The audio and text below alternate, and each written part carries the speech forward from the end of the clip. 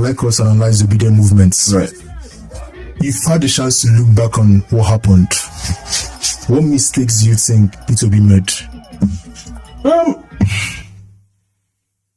So I think there were mistakes that the movements made. I don't think there were mistakes that he specifically as a candidate made. I think as far as the Nigerian conversation goes, I think he did what he could. I think the mistakes that we made as a collective were that, number one, I think I've said this on this podcast before, we heard something and what we thought we heard is not what we heard. So we heard that BEVAS is going to be used in this election. What we thought that meant is that BEVAS will be used to calculate the results of the votes, of the actual ballots that I cast. In reality, that was not the case at all. So if you actually read the Electoral Amendment Act, BEVAS was a little more than a decoration. Yakubu came out and sold us a dummy, basically. He told us a lie.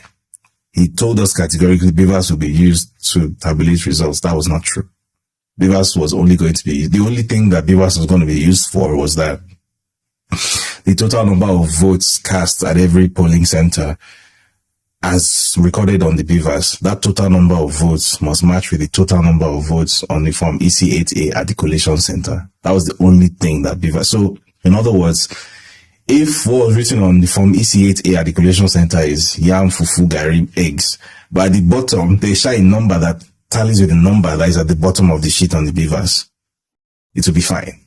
And that's exactly what happened. People wrote all sorts of rubbish results at the collation centers. As long as that number at the bottom matches. That's why you're seeing people doing cancellations on TPEX and using TPEX. That was the point of it. So by law, according to the law, nothing wrong happened because the law did not specify any of those things. So I think that was the first mistake we made. The Electoral Amendment Act that we thought we had was not the Electoral Amendment Act that we actually had. And I think Peter Obi himself believed that BEVAS was going to be used. And I know this because he told me personally. So I think we were sold a bag of goods, first of all. And then I think in the immediate aftermath of, I won't even say the results shouldn't even have been announced. If it's like the way the Kenyans are doing right now, there should have been an immediate uprising. Immediately became clear that something very funny is happening. I mean, for goodness sake, Peter Obi won Lagos. It's not just the fact that someone from an opposition party won Lagos, right? It's the fact that let me say it very bluntly, Peter Obi is an Igbo man. He's a very Igbo man. And he won Lagos by a landslide. It wasn't close. Because the amount they eventually reduced it to, the gap was like 400,000 or something. The actual gap was closer to 1 million. Like, Tinubu did not get any votes in Lagos. The thrashing was huge. He also won Rivers State, which is now on public record.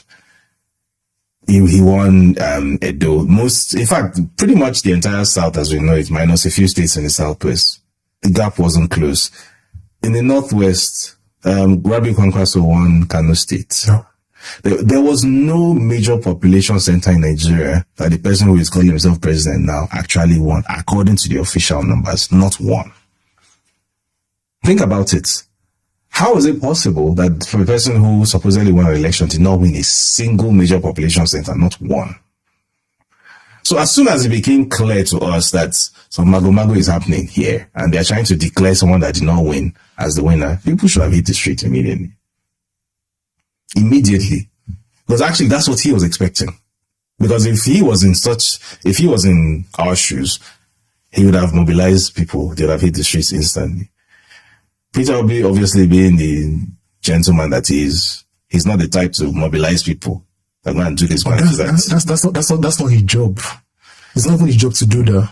It's the job of his followers to do that on his behalf. That's what Tinubu would have done. Yeah. He would have used money Yeah, but he won't come out and say it publicly, but the movement will be expected to do that. He can, yes, you're right, he would support the movement, but he won't come out publicly and say go on, but he would expect his followers to do it on his behalf. But again,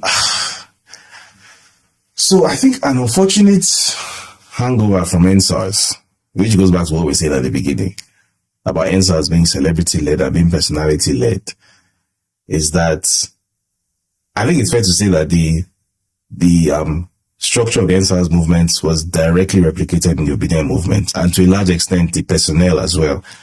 However, the bad habits from the NSAS movement also transferred because there was no rallying figure to say, let's go and do this.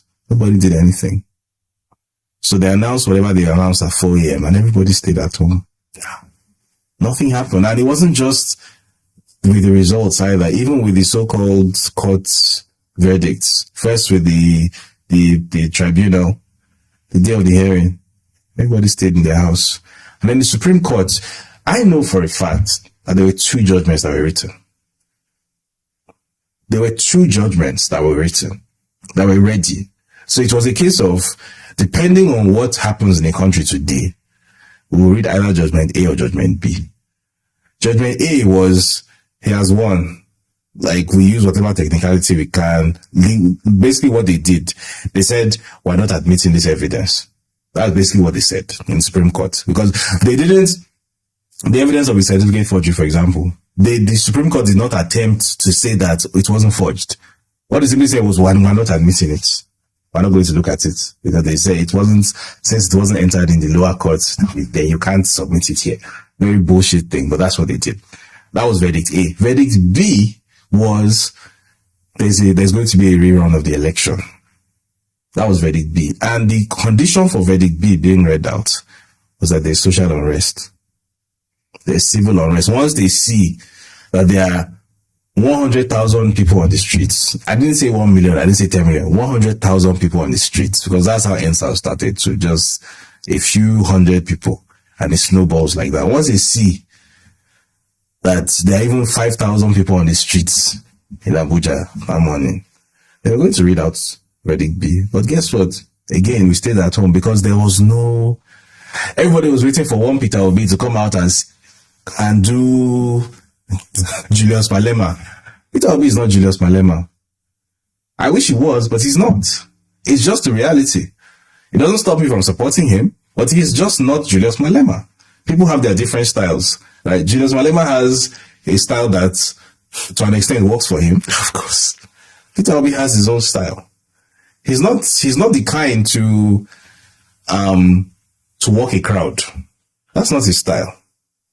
He would rather just talk to you, and I know this because I've spoken to him one-on-one a number of times. He would talk to you at eye level, and you can tell that this person is telling you the truth. He's not trying to play with your mind. He's not trying to caress you or something. He's just telling you the truth, and he's telling you the truth respectfully. That's all he does, right? And I think that's why people respond well to him. In situations like that, we needed to take our own destiny into our own hands. Like, okay, Mr. Man, you have tried. You have taken it as far as you can. Now, let's do it our way. Instead, people were waiting for Peter Obi to say, my dear Nigerians, come out and... That's a good impression of you. You need to come out and occupy the High Court. He's never going to do that. He's never going to do that. Again, and I've had this conversation with Ralph several times. People always forget that Peter Obi is a billionaire with a B. Like billionaire. Right? In as much as he is someone who wants Nigeria to work, to an extent, he is also someone who is invested in Nigerian establishment to an extent. So he is never the guy, of course, who will tell you come out and burn shit down. Of course. So even when you need to come out and burn shit down, he's not the one that. He's not anti-establishment. He's not. Even if he wants to be anti-establishment, he can't be. He can't be the one. Yeah, he can't be. Even for he runs a very big business operation. There are so many reasons why it's just not he can't go against them. It's not possible. So the people themselves, we ourselves, if we say that we want this man to be president, if we get another, because I don't know if we get another chance at it, but if we get another shot, there can't be any. He has not given us the go ahead. We're waiting for one court somewhere to do what a court in Nigeria has never done before. People have to make their mind up and make their minds up early. That we're doing this, like the Kenyans made up their minds very early. They knew what they were going to do. If we die, we die. And people did die, by the way. And as they were dying, people kept coming out because the Kenyans understood.